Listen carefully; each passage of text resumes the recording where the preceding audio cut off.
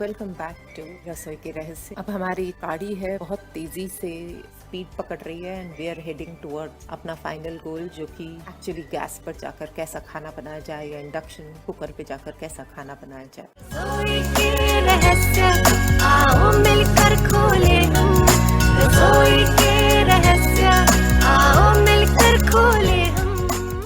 हमारा असली अल्टीमेट पड़ाव तो वही है। तो आज जो है हम ये जानेंगे कि असली खाना पकाने से पहले क्या काम होते हैं, जिसको प्री प्रिपरेशन कहते हैं, उसको प्रेप भी कहते हैं। तो बेसिकली क्या है कि आपने अगले दिन का काम या आज का काम समेटना है, सब करना है, तो उसमें क्या क्या चीज़ें ऐसी हैं जो कि आप पहले कर सकते हैं और क्या क्या चीज़ें ऐसी हैं जो आपको ताज़ा ही करना बेटर रहेगा। तो कुछ ऐसे छोटी छोटी चीज़ों की और टिप्स की बात करेंगे जिससे आपका काम आसान होगा और जल्द होगा। कुछ चीज़ें शायद मैंने ऑलरेडी मेंशन करी होंगी दूसरे एपिसोड्स में, बट क्योंकि वो इस क्रम में भी आता है तो शायद इसमें इसका फिर से रेफरेंस हो। सबसे पहली चीज जो हम सोचते हैं जब भी खाना बनाना होता है, तो दालें होती हैं या फिर चना हुआ या राजमा हुआ, लोबिया हुआ, इस तरह की चीजें हुई। तो जनरल जो रूल होता है इन सब चीजों के लिए, जो सजेशन दिया जाता है, उसमें ये होता है कि इनको सबको पकाने से पहले भिगो देना अच्छा होता है। एक तो बहुत अच्छी तरह से 3-4 पानी में उसको मसल के साफ किया जाए, वो पानी ड्रेन कर दिया जाए। फिर अच्छा पानी लेकर उसको थोड़ी देर, आधा घंटा मिनिमम भिगो के रख देना अच्छा है। इससे क्या होता है, दाल जो है पानी सोख करके थोड़ा फूल जाती है और उसके जो अपने इनहेरेंट जो उसकी क्वालिटीज हैं वो बाहर आती हैं, और इसको कहा जाता है कि डाइजेशन में भी इजी होती है। जब फाइनली आप इसको पकाते हैं तो उसका डाइजेशन इजी होता है, और ऑब्वियस सी बात है क्योंकि आपने भिगाया हुआ है तो इसको पकाने का टाइम भी कम होगा, जल्दी पकता है। तो इसमें कई दालें जो हैं, मूंग, उड़द धुली साबुत नहीं, बट मूंग है, अरहर या तुअर है, मसूर है, चना दाल है, ये सब चीजें जो है आप आधे से पौने घंटे, half an hour to 45 minutes अगर भिगवा दें पानी के अंदर। पानी इतना होना चाहिए कि दाल के ऊपर तक पानी हो, क्योंकि याद रहे कि पानी सोख हो रहा है दाल में, तो कम नहीं होना चाहिए। वो आप भिगो सकते हैं प्रेशर कुक करने से पहले, या जो भी पतीले में पकाते हो उसमें पतीले में पकाने से पहले। दूसरी चीजें जो कई हैं, जैसे कि काली ब्लैक उड़द दाल जो होती है, जिससे दाल मखनी बनती है, वो दाल, राजमा, छोले, ये सब, ब्लैक चना जो होता है ब्लैक वाला, ये सब चीजें जो है इनको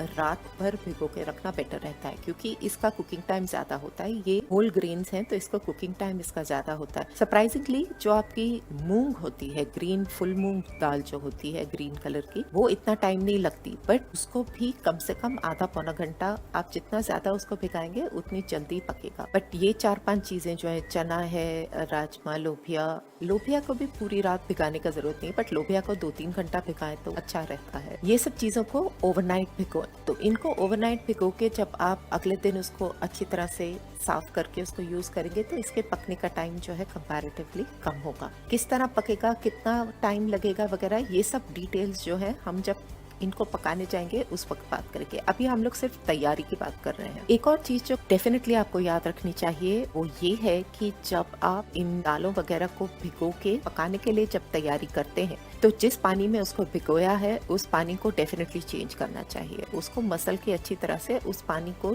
चेंज करके ताज़ा पानी डालकर फिर पकाना शुरू करें, हल्दी नमक वगैरह डालकर फिर पकाना शुरू करें। एक और छोटा सा टिप, ये सब पानी जो है आप जो खासकर ये जब पानी फेंक रहे हैं, जब भिगा हुआ जो दाल का पानी है या राजमा का पानी है, छोले का पानी है, जो भी है, कोशिश करें कि इस पानी को आप इकट्ठा कर लें एक जगह पे, एक बड़े बर्तन में या बाल्टी में कुछ, और अपने पेड़ पौधों को इसका ये पानी दें। पानी बहुत ही पौष्टिक होता है, क्योंकि दालों वगैरह का है, हमारे लिए अच्छा नहीं होता, पर पेड़ों वगैरह में ये पानी इस्तेमाल हो सकता है। तो लेट्स नॉट वेस्ट वाटर।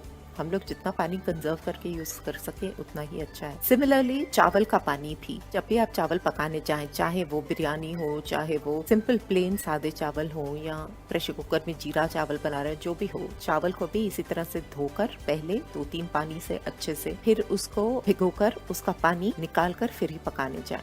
एक और चीज जो की जा सकती है खासकर चावलों के मामले में, वो ये है कि जब आप चावल पकाने जाएं तो पानी को पहले रखकर उबाल लें, चाहे वो प्रेशर कुकर में भी पका रहे हो आप या आप पतीले में पका रहे हो। तो often what we do is we start with regular water, लेकिन आइडिया क्या है कि पानी अगर गर्म होगा तो आपके चावल ऑलरेडी पिके हुए हैं, गर्म पानी के अंदर जब वो जाएंगे तो वो इमीडिएटली काम करना अपना शुरू कर देंगे, ना कि ठंडे पानी से गर्म होकर फिर होगा। आपका कुकिंग जल्दी होगा और आपके चावल का टेक्सचर भी अच्छा रहेगा। वो इन चीजों के लिए ज़्यादा ज़रूरी है क्योंकि चावल का दाना हम लोग को ज़रूरी अच्छा होता है। दाल वगैरह में उतना फ़र्क नहीं पड़ता। दाल में भी अगर आप कर सके तो गर्म पानी करके करते हैं, बट हम लोग जनरली ज़्यादा करके प्रेशर कुक करते हैं तो उसमें इतना कोई खास फ़र्क नहीं पड़ता हमको। चना, राजमा, लोबिया ये सब चीज़ें भी जब यूज़ करें तो इतना हमको कोई फ़र्क नहीं पड़ता। तो ये आपका रूल ऑफ थंब रहा। 2-3 चीज़ें आपकी, एक तो अच्छी तरह से 3-4 पानी से धोएंगे आप, फिर उसके बाद में आप भिगोएंगे।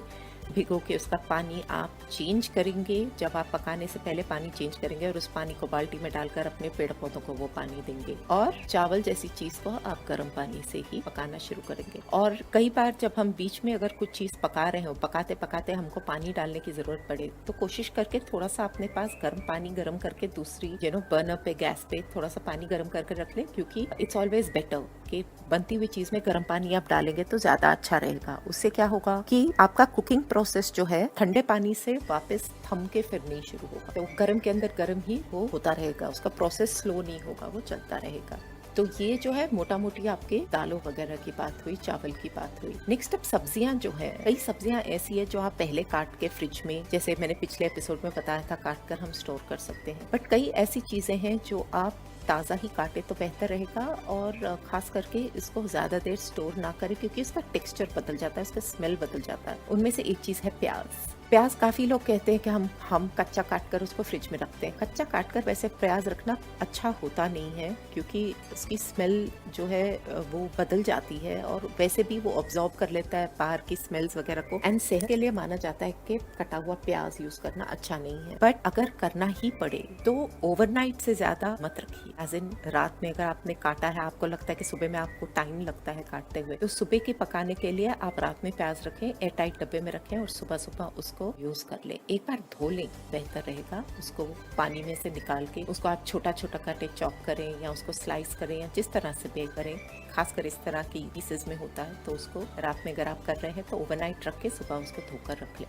टमाटर एक और ऐसी चीज है जो बेहतर यही रहता है कि आप पकाने के वक्त ही टमाटर काटें, क्योंकि टमाटर अगर आपने काट के अंदर रखा, एक उसका रस जो है वो पूरा डिहाइड्रेट सा हो जाता है और टमाटर का टेक्सचर पूरा चेंज हो जाता है। आप देखें तो सूखा सूखा उसके ना कॉर्नर्स वगैरह पे सूखा सूखा हो जाता है, तो दैट्स रियली नॉट डिजायरेबल। बचा हुआ अगर आपके पास बाय चांस लेट्स से कि आधा टमाटर आपने काटा और आधे की जरूरत नहीं पड़ी, उसको डब्बे में डाल के फ्रिज में आपने रख दिया, फिर निकाला, तो भी आप देखेंगे कि ऊपर एक ड्राई लेयर हो जाती है। तो हम फिर यूज करने के टाइम पे उस ड्राई लेयर को आराम से निकाल के फिर यूज कर सकते हैं। बट चॉपिंग वगैरह जब टमाटर करनी होती है आपको, तो इट इज ऑलवेज बेटर, ज्यादा वक्त नहीं लगता उसको, क्योंकि आप जब तक आपके प्याज भून रहा है या कुछ और पर चढ़ा हुआ गैस में, आप फटाफट अपना टमाटर काट सकते हैं, उसमें उतना ज्यादा वक्त नहीं लगता। लहसुन वगैरह आप काट के पहले रख सकते हैं, लहसुन को छील के रख सकते हैं, उसको भी आई थिंक काटना लास्ट मिनट पे बेटर रहेगा, बिकॉज वो भी इतनी स्मेल वाली चीज है कि उसकी स्मेल चली जाती है और स्मेल बदल जाती है उसकी, अगर उसको ज्यादा देर स्टोर करके रखें। तैयारी के तौर पे अदरक लहसुन दोनों का छील के रख लें,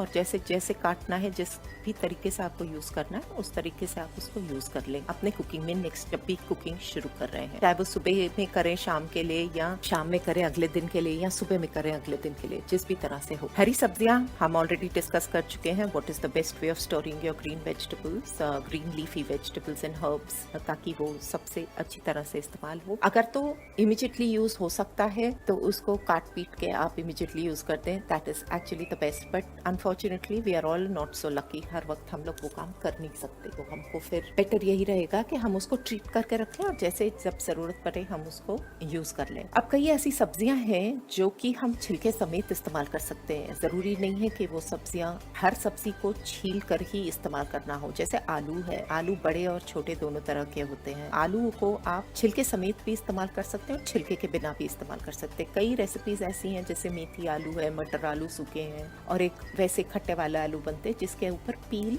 लगा रहता है। एंड इनफैक्ट उस पील का अपना ही एक टेस्ट है, एक टेक्सचर आ जाता है वो आलू के ऊपर, जो कि उसको और भी इंटरेस्टिंग बनाता है, इट गिव्स इट कैरेक्टर। सो उसको अच्छी तरह से धोकर, पील को उसको अच्छी तरह से धोकर उसी तरह से आप इस्तेमाल कर सकते हैं। गाजर एक और ऐसी चीज है जो कि पील करी हुई बेटर रहती है, बट उसको अगर आप सैलेड वगैरह में या वैसे कच्चा खाना चाहें तो उसको छिलके समेत ही खा सकते हैं। बट कंडीशन ये है कि आप उसको यूज करने से पहले पानी में भिगो के कच्ची गाजर को, उसका हेड और टेल काट के, उसको पानी के अंदर भिगोकर काफी देर रखे 15-20 मिनट रखे।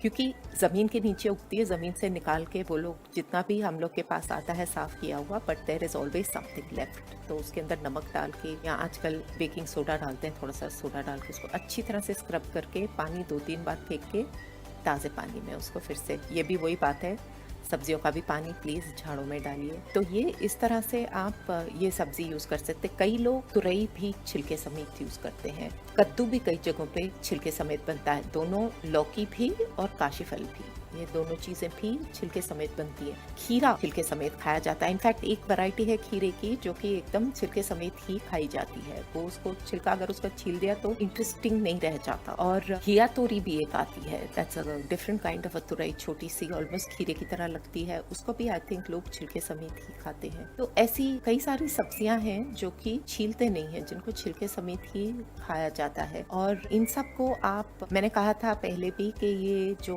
पानी वाली जो सब्जियां होती हैं, तुरई वगैरह, ये वो, इसको कोशिश करके ज़्यादा देर तक काट के मत रखिए, क्योंकि इसका भी रस निकल जाता है, निरस हो जाता है वो एकदम। अब चीज़ें कई हैं जो आपको ग्रेट करनी है, सोचो खस के रखने वाली चीज़ें। आप गाजर का हलवा बनाना चाह रहे हैं, आप खस के रखना चाह रहे हैं, आप दूसरी गाजर है उसको वैसे ही सैलेड में डाल रहे हैं, खस के रख रहे हैं, मूली है घस के रख रहे हैं। घसी हुई चीज़ें भी प्रेफरेबली कुछ ही टाइम पहले, कुछ लाइक अगर दोपहर में खाना बनाना है तो 1 घंटा 1.5 घंटा पहले खस के आप रख दें तो बेहतर है, because all of these things will dehydrate very quickly. क्योंकि खसेंगे तो वो सब्जी जो है पतली पतली होकर उसका पूरा जो फ्लूइड, लिक्विड और उसके जितनी प्रॉपर्टीज हैं सब सरफेस पे आ जाती हैं। और आप कितना भी ढकने की कोशिश करें, फ्रिज में रखें, कुछ भी करें, उसका पानी छूटता है और उसकी क्वालिटी बदल जाती है। और ऐसी चीजें बिल्कुल भी ओवरनाइट वगैरह मत रखें, क्योंकि आप ओवरनाइट रखेंगे वो फ्रिज में जो मॉइस्चर है और उसके अंदर का जो मॉइस्चर है वो रिएक्ट करता है किसी न किसी तरीके से, उसकी स्मेल बदल जाती है और उसकी क्वालिटी, उसका टेक्सचर भी बदल जाता है। तो ग्रेटेड चीजें जहां तक हो सके इनको आप तब का तभी 1 घंटा 1.25 घंटा पहले घिस कर फिर इस्तेमाल करें। जैसे लौकी है, दूधी है, उसको भी घिसते हैं कोफ्ते बनाने के लिए या फिर रायता बनाने के लिए। आप उबालने के लिए जब निकालते हैं उसको छील के, आप उसको जब घसते हैं, उसको घसने के वक्त थोड़ा सा नमक डाल देना अच्छा होता है, क्योंकि ये चीज भी बाहर के मॉइस्चर हवा के साथ लग के काली पड़नी शुरू हो जाती है, तो उसका रंग बदल जाता है। थोड़ा सा नमक लगाएंगे, उसका पानी भी छूटेगा बट वो उसकी फ्रेशनेस भी रहेगी, ग्रीन चीज है उसका रंग रहेगा। तो ये चीजों का थोड़ा सा ध्यान रखना ऑलवेज बेटर होता है, बिकॉज सब्जियां आप काट रहे हैं, सब्जियां क्यों खराब करें, इतनी मेहनत कर रहे हैं, आप कोशिश करेंगे कि आपकी सब्जियों की लुक भी अच्छी रहे, आपकी सब्जियां में उसकी जो न्यूट्रिएंट्स हैं, जो प्रॉपर्टीज हैं, वो भी अच्छे से बरकरार रहें। तो इसीलिए कहते हैं कि सब्जियां पहले धोकर फिर छीलनी चाहिए, क्योंकि छील के अगर फिर धोएं तो वो स्किन और सब्जी के नीचे की जो वो परत है, that has a lot of extremely important nutrients, वो क्या होता है, वो पानी के साथ में धुल जाता है। बट कई बार अनफॉर्चुनेटली हम लोग ऐसा नहीं कर सकते। कई सब्जियां ऐसी हैं जिनको काटना ही पड़ता है, काट के फिर धोना पड़ता है या धो के फिर काटना पड़ता है, सब डबल काम हो जाते हैं आजकल खास करके। So these are a few things that you can keep in mind about your vegetables. Of course हमने फ्रोजन आइटम्स डिस्कस करी थी। अगर आपने पहले से कोई चीजें फ्रीज करके रखी हैं तो उनको पकाने से पहले 1 घंटा 1.5 घंटा पहले वही डब्बा और वही चीज निकलेगी जो आपको उस वक्त जिस क्वांटिटी में यूज करनी है, बस उतना ही निकाल के रखिए, पूरी चीजें निकाल कर मत रखिए। जहां तक हो सके चीज बाहर निकली हुई यूज हो जानी चाहिए, नहीं तो वो बार बार फ्रीज और डी फ्रीज जब होगा तो it is also not very good, उसमें चीज का खराब होने का चांस ज्यादा रहता है। नेक्स्ट चीज हम क्या करेंगे, आटा फॉर इंस्टेंस, हमने अगर आटा गूंदना है तो आटा रोटी के लिए या पूरी के लिए, जिसके लिए भी आटा गूंदते हैं, आटा गूंद के उसको कम से कम 1.5-2 घंटा उसको ढक देते हैं हम लोग, ढक के या गीला कपड़ा डालकर। वो इसलिए करते हैं, ये रेस्टिंग इसलिए करते हैं कि उसके अंदर का जो ग्लूटेन है, जिससे आपकी रोटी में खिंचन और बेलना आसान जिससे होता है, वो जो है उसके अंदर पानी के साथ मिलके पनप कर वो रिलीज होता है, वो लूजन अप हो जाता है। अगर आप देखें जब आप पहले आटा गूंद रहे होते हैं तो वो आटा थोड़ा सा हार्ड होता है, टफ होता है गूंदने में, बट आप उसको 1 घंटा 2 घंटा आप उसको भिगो के अगर रखें, मतलब भिगो के इन द सेंस गूंद कर उसको ढक के या वो डाल के रखें, उसका अपना पानी भी छूटता है। आप बेलने से पहले आपको एक बार फिर से उसको अच्छी तरह से मिला लेना पड़ता, मल लेना पड़ता है। और उस टाइम पे जब आटा मलेंगे आप, तो वो आटा मलना कितना आसान हो जाता है, क्योंकि तब तक ग्लूटेन उसका ढीला पड़ चुका होता है और आटा जो है अच्छी तरह से रेस्ट हो चुका होता है इस्तेमाल करने के लिए। मैदे का भी ऐसा ही होता है। आप जब कुछ नमकीन वगैरह बना रहे होते हैं तो मैदा भी जब आप करते हैं, या भटूरे वगैरह भी अगर आप देखें तो कहते हैं कि दही मिलाकर उसके अंदर सब जब आप उसको भिगो के रखते हैं, ये पूरा भिगोने का काम सिर्फ इसीलिए है क्योंकि जो उसकी एक्चुअल प्रॉपर्टीज है उस आटे की, वो प्रॉपर्टीज बाहर निकल के आती हैं। लेट्स से आप रवा डोसा बना रहे हैं तो आप जो सूजी ताजी यूज करते हैं, सूजी या सूजी का पूरा बना रहे हैं, सूजी का उत्तपम बना रहे हैं, उसमें भी कहा जाता है कि आप उसको भिगो के रखें एक आधा घंटा, उसके दही और पानी में उसको भिगो के रखें, क्योंकि सूजी फूलती है, फूल के उसका असली फॉर्म आता है। दलिया आप यूज करते हैं, दलिया भी आप भिगो के रखते हैं सादे पानी में, गर्म पानी में। कई बार अगर कई चीजों में अगर हमको जल्दी हो, हमको ऐसा लगे कि हमारे पास वक्त कम है और हमको लेकिन जल्दी पका के जाना है, हम सादे पानी में, रूम टेम्परेचर के पानी में डालेंगे तो बहुत लेट हो जाएगा। तो ऐसे में आप चीज को क्या कर सकते हैं, पानी गर्म करके, मतलब जो भी चीज है, दाल है या चने हैं या जो भी है, उसको अच्छी तरह से पहले आप साफ करके, मसल के साफ कर पानी फेंक कर उबला हुआ पानी उसके अंदर डाल के ढक कर रखते हैं। उससे क्या होगा कि उसका भीगने का प्रोसेस आसान हो जाएगा। It will hasten up, basically वो स्पीड पकड़ेगा और वो जल्दी से होगा, आपका पकना ज्यादा आसान हो जाएगा। So that is an option that you can also adopt for a few things अगर आपको जल्दी हो तो। अब जैसे साबूदाना, आप साबूदाने की खिचड़ी बना रहे हैं तो साबूदाने भी कहते हैं भिगो के रखना पड़ता है। इसका भिगोने का काम सिर्फ यही है क्योंकि चीज जो है उसका असली जो नेचर है वो बाहर निकल के आता है। यहाँ तक कि कई रेसिपीज में जिसमें साबूदाना का पाउडर भी इस्तेमाल करते हैं, उसको भी कहते हैं कि भिगो के रखो, उसको कच्चा वैसे नहीं यूज करते क्योंकि भिगोने पे साबूदाना फूलेगा तो वो पूरा नेचर चीज की बदल जाती है, उसकी जो असलियत है वो निकल के आती है, नहीं तो वो अल्टीमेटली जस्ट वेस्ट हो जाती है। एक और चीज है, जैसे आप अगर लेट्स से पराठे बनाने लगे हैं और पराठों का आप मिक्सचर तैयार कर रहे हैं, आलू का हुआ, पनीर का हुआ, गोभी का हुआ या मूली का हुआ, किसी भी चीज का पराठा बना रहे हैं, खासकर ये स्टफिंग वाला जो पराठा होता है जिसमें कि आप प्रिपरेशन पहले करके रखते हैं। आलू के पराठे में आपने मसाले डाल दिए, आपने प्याज डाल दिया, प्याज का पानी छूटता है, याद रखिए। मूली आपने खिसकी रखी, मूली में नमक लगा के आपने उसको मसल लिया क्योंकि मूली का पानी निकलता है, गोभी का भी वही किया आपने, पनीर का भी वही किया। ऐसी चीजों में नमक जो है सिर्फ मूली और गोभी में आप डालेंगे क्योंकि आप चाहते हैं कि उसका पानी निकल आए, बट वो you will be squeezing it all out and then re adding नमक। बट अगर आपको थोड़ा सा वक्त है करने में, आलू का आपने सब प्रिपेयर करके रख लिया है, सबसे आखिरी चीज उसमें नमक डालें क्योंकि नमक डालने से ये सब चीजें ढीली पड़ जाती है। नमक helps release the moisture that is in all of these ingredients और उससे क्या होगा, आपका मसाला जो है, आपका जो फिलिंग है वो ढीला पड़ जाएगा। ढीला पड़ जाएगा तो आपका पराठा बनाने में मुसीबत बनेगी क्योंकि आप उसको फिल करने की कोशिश करेंगे और वो फिल ठीक से होगा नहीं, साइड से निकलेगा, इधर से निकलेगा, इट्स वेरी इरिटेटिंग। सो नमक सबसे आखिर इन चीजों में। सो ये भी एक चीज आपको ध्यान में रखनी चाहिए। प्याज तो आप डाल ही देंगे because you want the pyaaz to blend with the masala, you don't want the प्याज का एकदम कच्चानेस टू स्टैंड आउट, तो प्याज भी डालेंगे, उसका भी पानी छूटता है। तो these things you want to take care of definitely while you are beginning to cook and preparing you know yourself to start cooking. Let's say दही में रायता डाल रहे हैं, आप दही को फेंट के रख लें, फेंट के उसके अंदर मसाले बाद में डालें क्योंकि झटपट मसाले डालने में कई बार फेंटने में ही टाइम लग जाता है थोड़ा सा, तो आप उसको फेंट के तैयार करके उसको रख लें फ्रिज के अंदर और फटाफट आपने जो भी उसके अंदर सर्व करने से पहले आपने बूंदी डालनी क्योंकि बूंदी करारी रहेगी, आपने आलू डालने या आपने प्याज, टमाटर, खीरा या हरा धनिया, हरी मिर्च वगैरह डालना है तो सब काट के तैयार रख ले। दही क्योंकि उसके अंदर अगर पहले से डाल के रख लिया तो ये सब्जियां आपकी पानी छोड़ देंगी, फिर ये आपका बूंदी आपकी सौगी हो जाएगी। तो नमक, आप मसाले वगैरह सब बाद में डालिए, सिर्फ उसको फेंट के एकदम तैयार करके रख लीजिए ताकि लास्ट मिनट पे आप ये करके कर सके। दूसरी एक और चीज है सैलड। हम लोग खाने के साथ कई बार चाहते हैं कि हम लोग सैलड सर्व करें। सैलड सर्व करना भी एक ऐसी चीज है कि जहां तक हो सके उसको पहले काटना ही पड़ता है, लास्ट मिनट पे हम लोग नहीं काट सकते। सैलेड को भी काट के अच्छी तरह से सबको उसको ढक के रख लें, उसको एक कपड़े से, मॉइस्ट कपड़े से, थोड़ा सा मतलब मॉइस्ट इन द सेंस कि सिर्फ गीला करा हुआ, पानी पूरी तरह से निचोड़ा हुआ, उसको वहां पे रखकर ढक के रख लें। ढक के रखने से उसकी ताजगी, और उसको फ्रिज में रख लें, फ्रिज में रखने से थोड़ी सी ताजगी रहेगी, अनलेस कि आप थोड़ी सी ही देर में उसको सर्व करने वाले, then maybe you won't need to keep it in the fridge. But मौसम पे भी डिपेंड करता है, गर्मियों के मौसम में बहुत फटाफट सब्जियां छुलस जाती हैं। तो इस तरह से आप सैलेड काट के रखेंगे। मसाले फिर से उस पर मत डालिए, बिकॉज मसाले डालते ही पानी छूटना शुरू हो जाएगा। वो सब आखिर में डालिए, नींबू वगैरह सब आखिर में डालिए, क्योंकि उससे भी फटाफट पानी आपका छूटना शुरू हो जाएगा। दूध वगैरह जब आप बॉईल करते हैं तो दूध बॉईल करके उसको कुछ टाइम के लिए बाहर रूम टेम्परेचर तक आने के लिए, और उसके ऊपर जहाँ तक हो सके आप या तो कपड़ा रख लीजिए या जाली रखिए। कोई अगर आपके पास वो दूध कवर करने की जालियां आती हैं वो अगर रखें, उससे क्या होता है कि आपका जो मलाई होती है,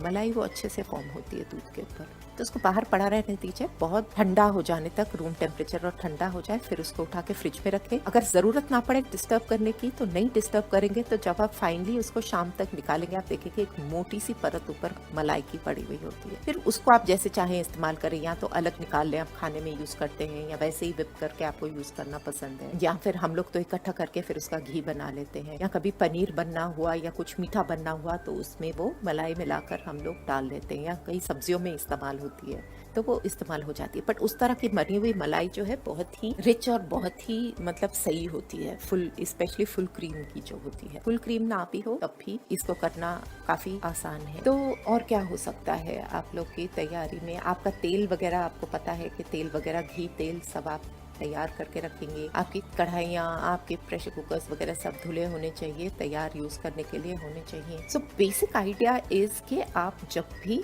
तैयारी कर रहे हैं पकाने की, तो ये थोड़े से स्टेप्स जब आप लेंगे तो आपको बहुत आसानी होगी इसको अपना काम करने के लिए। फिर एक चीज आपने डिसाइड किया कि आप सब्जी बना रहे हैं, तो सारी चीजें एकदम इकट्ठा करके अपने काउंटर पे, प्लेटफॉर्म पे रखने की जरूरत नहीं है। जो चीज आप पहले कर रहे हैं, हम लोग मल्टीटास्किंग भी सीखेंगे आगे जाके, कैसे हम एक से ज्यादा काम हैंडल कर सकते हैं। बट इनिशियली अगर हम देखें तो हमने अगर दाल चढ़ाई है तो हमको क्या करना है? हमको सिर्फ अपनी भीगी हुई दाल को निकाल के उसको गैस पे कुकर में या बर्तन में डाल के, पानी डाल के, नमक और हल्दी डाल के उसको चढ़ा देना है। उस टाइम पे हमको और 5 चीजों की जरूरत नहीं है। फिर अब हम सब्जी चढ़ाने वाले हैं, एक तरफ गैस खाली है, अभी हम सब्जी चढ़ाने वाले, तब हम अपनी सब्जियां लेकर आएंगे, हमारा तेल का बर्तन पास पड़ा होगा, मसाले हमारे पास पड़े होंगे, तो गैस लाइट करके उसके अंदर आप अपना तेल डालेंगे, जीरा राई जो भी डालना है वो डालेंगे।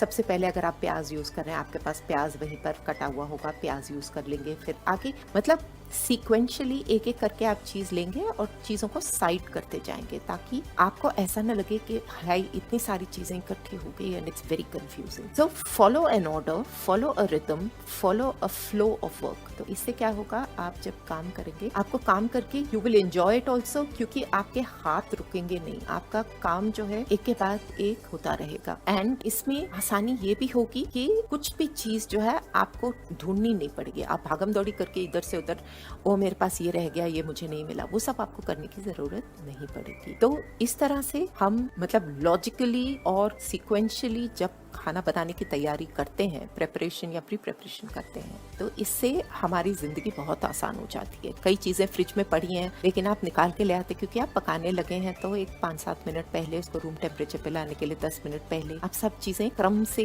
उसको निकाल के ले आए। हम सब तैयारी कर चुके हैं, आटा आपका बन चुका है। अगर आटा आपके पास बचा हुआ है तो फ्रिज में आटा पड़ा रहता है, उसमें भी कोई हर्ज नहीं है। आटा 1 से 2 से 3 दिन भी पड़ा रहे तो उसमें फ्रिज में कोई प्रॉब्लम नहीं है। लेकिन जब आप निकालें, आटे के लिए एक सजेशन है, वापस मुझे अभी याद आया कि आटा जब आप निकालें यूज करने के लिए, रोटी बनाने के लिए, जो ऑलरेडी फ्रिज में पहले का बना पड़ा है, उसको थोड़ी देर पहले, एक 15-20 मिनट पहले निकाल ले, क्योंकि नहीं तो उसको बेलना बहुत मुश्किल हो जाता है। फ्रिज से ताज़ा निकला हुआ आटा बेलना मुश्किल होता है। इंस्टेड आप क्या करेंगे, आप उसका अगर ढका हुआ, हम लोग ढक्कन बंद करके डब्बे में डालते, क्योंकि नहीं तो आटे के ऊपर परत सूख जाती है। तो you always have to keep it in an airtight container. अगर आपने निकाल के उसको एयर टाइट कंटेनर को फ्रिज से निकाल के वैसे ही रख दिया, तो आपका आटा भी ब्रीथ कर रहा है, तो आटे के अंदर का मॉइस्चर रूम टेम्परेचर में आते आते वो आटे को और गीला कर देगा और आपको यूज करना बहुत मुश्किल हो जाएगा, क्योंकि आटा लस हो जाएगा। उसमें आपको क्या करना है, ढक्कन उसका खोल के थोड़ा सा ढक्कन साइड पे कर दें,